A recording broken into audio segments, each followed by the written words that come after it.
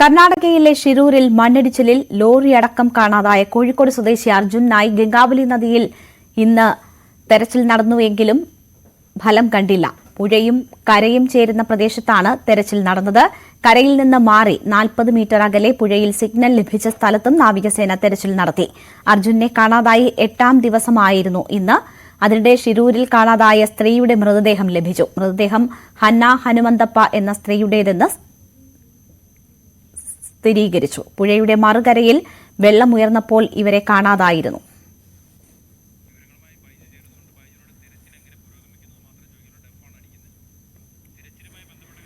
K V Baiju ഷിരൂരിൽ നിന്നും വിവരങ്ങളുമായി ചേരുകയാണ്. ബൈജു, 8ാം ദിവസവും നിരാശ തന്നെയായിരുന്നു ഫലം. ഇന്ന് നദി കേന്ദ്രീകരിച്ചുള്ള തെരച്ചിലാണ് പ്രധാനമായും നടന്നത്. എന്തൊക്കെയാണ് സാധ്യതകൾ, നാളത്തെ പ്രതീക്ഷകൾ? ഇന്ന് ഏതായാലും തിരച്ചിൽ ഊർജിതമാണ് എന്ന് പറയേണ്ടി വരും. പ്രത്യേകിച്ച് കരസേനയാണ് ഈ കരഭാഗത്തുള്ള മണ്ണുകൾ കുറച്ച് ബാക്കിയുണ്ടായിരുന്നു, അതൊക്കെ അവർ നീക്കം ചെയ്തു. അപ്പോൾ പുഴയിൽ നാവികസേനയുടെ നേതൃത്വത്തിൽ വലിയ തോതിലുള്ള തെരച്ചിലും ഇന്നുണ്ടായി. എന്തായാലും കഴിഞ്ഞ ദിവസങ്ങളിലൊന്നും കാണാത്ത രീതിയിലുള്ള തെരച്ചിലാണ് കഴിഞ്ഞ 2 ദിവസങ്ങളുമായി ഇന്നലെയും ഇന്നുമായി ഉണ്ടായിരിക്കുന്നത്. പക്ഷേ അപ്പോഴും ഈ ലോറി കണ്ടെത്താൻ ഇതുവരെ കഴിഞ്ഞിട്ടില്ല. തീർച്ചയായും അതുതന്നെയാണ് നിരാശ. ബൈജു, ഈ നാളെ തെരച്ചിൽ തുടരുന്നുണ്ട്. കൂടുതൽ സാങ്കേതിക വിദ്യകൾ ഉപയോഗിച്ചുകൊണ്ടുള്ള തെരച്ചിലിനാണ് നാളെ ശ്രമിക്കുന്നത് എന്ന് മനസ്സിലാക്കുന്നു. അതെന്തൊക്കെയാണ്? നാളെ ഏതൊക്കെ ഇടങ്ങൾ കേന്ദ്രീകരിച്ചായിരിക്കും പ്രധാനമായും തെരച്ചിൽ നടക്കുക? കഴിഞ്ഞ ദിവസങ്ങളെ അപേക്ഷിച്ച് നാളെ വലിയ പ്രതീക്ഷയുണ്ട്. അത്തരത്തിലുള്ള സംവിധാനങ്ങളൊക്കെ നാളെ ഇവിടെ എത്തുന്നുണ്ട്. നാളേക്ക് അർജുനെയും ഈ ലോറിയെയും കണ്ടെത്താൻ കഴിയുമെന്ന ഒരു വലിയ പ്രതീക്ഷ തന്നെയാണുള്ളത്. വളരെ ആധികാരികമായ, അതായത് നേവിയുടെ വളരെ ആധികാരികമായ വിവരങ്ങളാണ് ന്യൂസ് 8 അദ്ദേഹം പങ്കുവച്ചത്. കൃത്യമായ വിവരങ്ങൾ. ഏതായാലും പ്രതികൂല കാലാവസ്ഥ ഉണ്ട്, വലിയ തോതിൽ മഴ വരുന്ന സാഹചര്യമുണ്ട്. അദ്ദേഹം പറഞ്ഞ പോലെ തന്നെ ഈ പുഴയുടെ നിറമൊക്കെ വലിയ തോതിൽ മാറിയിട്ടുണ്ട്. അതുമാത്രമല്ല അടിയൊഴുക്ക്, ശക്തമായ അടിയൊഴുക്കാണ്. ഇതിനൊക്കെ തരണം ചെയ്താണ് നേവി കഴിഞ്ഞ കുറെ ദിവസങ്ങളായി ഈ പുഴയിൽ തെരച്ചിൽ നടത്തുന്നത്. മുങ്ങൽ വിദഗ്ധർ തുടക്കം മുതലേ ഈ പുഴയിൽ ഇത്തരത്തിൽ തെരച്ചിൽ നടത്തുന്നുണ്ട്. എന്തായാലും കരയിൽ നിന്നും പൂർണ്ണമായും പുഴയിലേക്ക് ഈ തെരച്ചിൽ നീളുന്നു എന്നതാണ്. നാളെ മുഴുനീള എല്ലാ വിഭാഗങ്ങളും NDRFന്റെ മേൽനോട്ടത്തിൽ മുഴുവൻ സംഘാംഗങ്ങളും ഈ പുഴ കേന്ദ്രീകരിച്ചായിരിക്കും ഇത്തരത്തിൽ തെരച്ചിൽ നടത്തുക. അതിൽ ഏറ്റവും പ്രധാനം ഈ കരയോട് ചേർന്ന് നിൽക്കുന്ന ഈ പ്രദേശത്ത് തന്നെ ഈ ലോറി ഉണ്ട് എന്ന ഒരു നിഗമനത്തിലാണ് സൈന്യവും ഉള്ളത്. നിലവിൽ സൈന്യവും ഇവിടെ ഇത്തരത്തിൽ രക്ഷാപ്രവർത്തനത്തിന് ഉണ്ട്. ഏതായാലും സൈന്യം പോയിട്ടില്ല. ഏതായാലും പ്രത്യേകിച്ച് നേവിയാണ് നാളെ പ്രധാനമായും ഇത്തരത്തിൽ രക്ഷാപ്രവർത്തനത്തിൽ ഏറ്റവും മുൻപന്തിൽ നിൽക്കുക. കാരണം ഈ പുഴയിലുള്ള പലതരത്തിലുള്ള ഓപ്പറേഷൻ നാളെയുണ്ട്. അതിൽ ഏറ്റവും പ്രധാനപ്പെട്ട ഈ സാങ്കേതിക വിദ്യകൾ നാളെ വരും. അതുമാത്രമല്ല വിദഗ്ധരായ നിരവധി പേർ നാളെ എത്തുന്നുണ്ട്. ഉത്തര കന്നഡ ജില്ലാ ഭരണകൂടത്തിന്റെ നിർദ്ദേശം അഭ്യർത്ഥനയെ തുടർന്ന് ഈ മേഖലയിലെ നേരത്തെ പല മേഖലകളിലും ഇത്തരത്തിൽ പ്രതിസന്ധി ഘട്ടങ്ങളിൽ അതിജീവിച്ച അത്തരത്തിൽ ഉള്ള ഒരുപാട് ആൾക്കാർ, വിദഗ്ധർ നാളെ എത്തുന്നുണ്ട്. അതുകൊണ്ട് തന്നെ നാളെ വലിയ പ്രതീക്ഷയിലുള്ള ദിവസമാണ്. 9ാം നാളേക്ക് കടക്കുമ്പോൾ അർജുന്റെ ലോറിയും കണ്ടെത്തുമോ എന്നത് ഏവരും ഉറ്റുനോക്കുന്ന ഒരു കാര്യമാണ്. നാളെ എന്തായാലും ഒരു നല്ല വാർത്ത, ഈ ലോറിയും അർജുനെയും കിട്ടും എന്നൊരു പ്രതീക്ഷയുണ്ട്. തീർച്ചയായും പുതിയ സാങ്കേതിക വിദ്യകൾ ഉപയോഗിച്ച് കൂടുതൽ എക്സ്പേർട്ടുകൾ ഉൾപ്പെടുന്ന തെരച്ചിൽ നാളെ നടക്കും എന്നതാണ് പ്രതീക്ഷിക്കുന്നത്.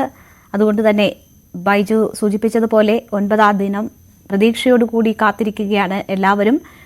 അർജുനെ സംബന്ധിച്ച്, ലോറി സംബന്ധിച്ച് എന്തെങ്കിലും നിർണായക വിവരം ലഭിക്കും എന്ന പ്രതീക്ഷയാണ് നാളത്തെ ദിവസത്തിലുമുള്ളത്. നമുക്കിപ്പോൾ കാണുന്ന ദൃശ്യങ്ങളിൽ കാണുന്ന മൺകൂനകൾ കേന്ദ്രീകരിച്ചുകൊണ്ടുള്ള തെരച്ചിൽ നദിയിൽ നടത്തുക എന്നതാണ് ഉദ്ദേശിക്കുന്നത്. പക്ഷേ വലിയ ശക്തമായ അടിയൊഴുക്ക് അവിടെ നദിയിലുണ്ട്. അത് തെരച്ചിലിന് വിഘാതം സൃഷ്ടിക്കുന്നു എന്നതാണ് ഡിഫൻസ് PRO നമ്മളോട് സംസാരിച്ചപ്പോൾ പറഞ്ഞത്. ശക്തമായ അടിയൊഴുക്ക് നദിയിലുള്ളത് തെരച്ചിലിന് വിഘാതമാണ്. കരയിലേതിനേക്കാൾ ശ്രമകരമായ ദൗത്യമാണ് നദിയിലെ തെരച്ചിൽ എന്നതാണ് മനസ്സിലാകുന്നത്. എന്തായാലും പിന്തിരിയുന്നില്ല ദൗത്യസംഘം. അവർ കൂടുതൽ ശക്തമായി തെരച്ചിലുമായി മുന്നോട്ട് പോകാൻ തന്നെയാണ് ശ്രമിക്കുന്നത്. നാളത്തെ ദിവസം ആ നിലയിൽ നിർണായകമാകുമെന്ന് പ്രതീക്ഷിക്കുന്നു.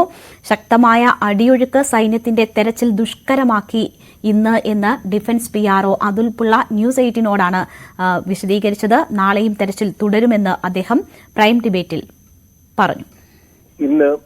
ഇന്നത്തെ ഡേറ്റ് വന്നിട്ട് 23rd. സോ ഞാനൊന്ന് ബാക്ക്വേർഡ് ഒന്നൊന്ന് ഒരു ഇവന്റിന്റെ ഒരു ഇതുകൂടെ ഒന്ന് ഷോർട്ട്ലി ഞാൻ ഒന്ന് പറയാം.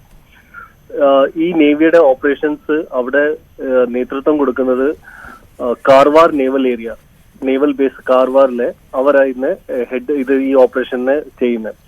പക്ഷെ ഇത് ചെയ്യുന്നത് NDRF ഇതിന്റെ ലീഡ് ഏജൻസി അവർ നേവിയുടെ സപ്പോർട്ട് ചോദിച്ചു. First support Uttar Kannada district administration നേവിയോട് ചോദിച്ചത് 16 ജൂലൈ 2024 അന്ന് ഒരു HPCL ഒരു ടാങ്കർ മിസ്സിംഗ് ആ, അത് വാഷ്ഡ് അവേ എന്ന് പറഞ്ഞിട്ടാണ് ഫസ്റ്റ് റിക്വസ്റ്റ് വന്നത്. എന്നിട്ട് 17 ജൂലൈയിൽ നേവിയുടെ ഡൈവേഴ്സ് പോയി. ലക്ലി ഈ ഒരു കേസിൽ നമുക്ക് HPCL ടാങ്കർ വിഷ്വൽ ആയിരുന്നു കാണാറുണ്ട്. അങ്ങനെ ഡൈവേഴ്സ് റിസ്ക് ചെയ്ത് അവിടെ പോയി അതിനെ ഹുക്ക് ഓൺ ചെയ്ത് വയർ റോപ്പ് വെച്ച് അതിനെ വലിച്ച് കരയെ കൊണ്ടുപോയി അതിന്റെ ഗ്യാസ് ഡ്രെയിൻ ഔട്ട് ചെയ്തിട്ട് അതിനെ സേഫ് ആയിട്ട് ഇത് ചെയ്ത്. നെക്സ്റ്റ് റിക്വസ്റ്റ് അഡ്മിനിസ്ട്രേഷന്റെ സൈഡിൽ നിന്ന് വന്നത് ജൂലൈ 19 ജൂലൈ 19 ഈ അർജുന്റെ ട്രക്കിന്റെ റിഗാർഡിംഗ് ആയിരുന്നു ആ റിക്വസ്റ്റ് വന്നത്. എഗെയിൻ നേവി ടീം ഇത് അതിനുവേണ്ടി ആ റിവർ ഗംഗാവലി റിവറിലോട്ട് സെർച്ചിന് വേണ്ടി ഒരു 2 എക്സ്പേർട്ട് ഗ്രൂപ്പ് ഓഫ് സെയിലേഴ്സിനെയും ഓഫീസേഴ്സിനെയും വിട്ടത്. ഈ 2 ഗ്രൂപ്പ് എന്ന് പറഞ്ഞത് ഒരു ഗ്രൂപ്പ് ഈ സൊനാർ ഓപ്പറേറ്റ് ചെയ്യുന്ന ഗ്രൂപ്പാണ്. ഈ സൊനാർ എന്ന് വെച്ചാൽ സൗണ്ട് നാവിഗേഷൻ ആൻഡ് റേഞ്ചിങ് ഒരു ഇക്വിപ്മെന്റ് വന്ന് ഇതൊരു അഡ്വാൻസ് ഇക്വിപ്മെന്റ് നമ്മൾ അറ്റ് സീയിലും മിഡ് സീയിലൊക്കെ നമ്മൾ ഡീപ് സീയിലൊക്കെ യൂസ് ചെയ്യുന്നത്. ഈ സൊനാർ പ്രൈമറിലി നമ്മൾ യൂസ് ചെയ്യുന്ന ഒരു അണ്ടർ വാട്ടറിന് ഒരു ഹസാർഡ് ഉണ്ടോ അതിനെ ലൊക്കേറ്റ് ചെയ്യാൻ നാവിഗേഷൻ പർപ്പസിനോ അത് സെർച്ച് പർപ്പസിനോ അത് സീ ഫ്ലോറിനെ മാപ്പ് ചെയ്യാൻ വേണ്ടിയായി സൊനാർ യൂസ് ചെയ്യുന്നത്.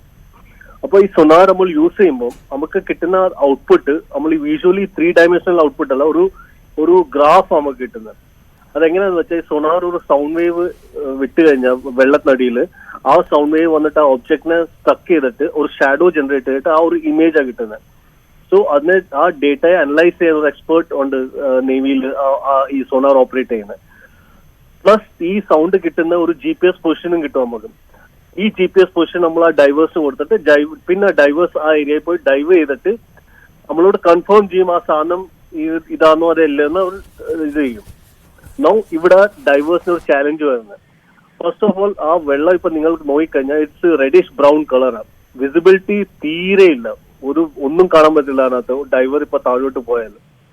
ബിക്കോസ് ഈ മലയെന്ന് പറഞ്ഞ വെള്ളം എല്ലാം ഇങ്ങനെ ഒലിച്ച മണ്ണിന്റെ കൂടെ മഡ് വാട്ടർ വന്നിട്ട് അത് ഫുൾ വിസിബിലിറ്റി 0 ആണ്, which is very danger for the diver പുള്ളിക്കാരനകത്തോട്ട് പോകുമ്പോൾ. സെക്കൻഡ്, അവിടുത്തെ സർഫേസിൽ ഇപ്പൊ സ്പീഡ് കറണ്ട് നോക്കിക്കഴിഞ്ഞാൽ ഒരു 7 to 8 knots സ്പീഡ് ഉണ്ട്. ഈ സർഫേസ് കറന്റിന്റെ സ്പീഡ് വെള്ളത്തടി പോകുമ്പോൾ അത് കൂടുക. സോ ഒരു ഡൈവർ വെർട്ടിക്കലി 90 degrees താഴോട്ട് പോകുമ്പം പുള്ളിക്കാരൻ ആ എക്സ്പെക്ടഡ് ലൊക്കേഷനിലോട്ടല്ല പോകുന്നത്, പുള്ളിക്കാരൻ ഡ്രിഫ്റ്റ് ചെയ്തങ്ങ് പോകും. സോ ഒരു 15-20 meters ചിലപ്പം പോകുന്നത്.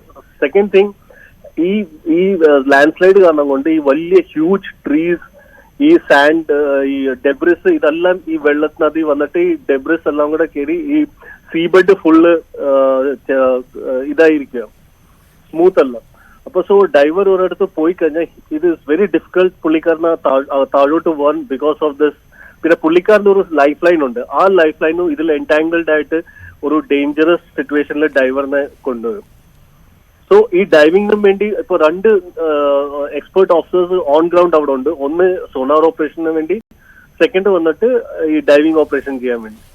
സോ പക്ഷെ ഇന്ന് നമ്മളൊരു 100 kg ഒരു സിങ്ക് വെയിറ്റ് വരെ താഴെ ഇട്ടിട്ട് അതുവരെ ഡ്രിഫ്റ്റ് ആയി പോയി. So that is a practical challenge which നേവിക്കിടെ ഡൈവേഴ്സിന് ഫേസ് ചെയ്യുന്ന ഡൈവിംഗ് ഓപ്പറേഷനായിട്ട്.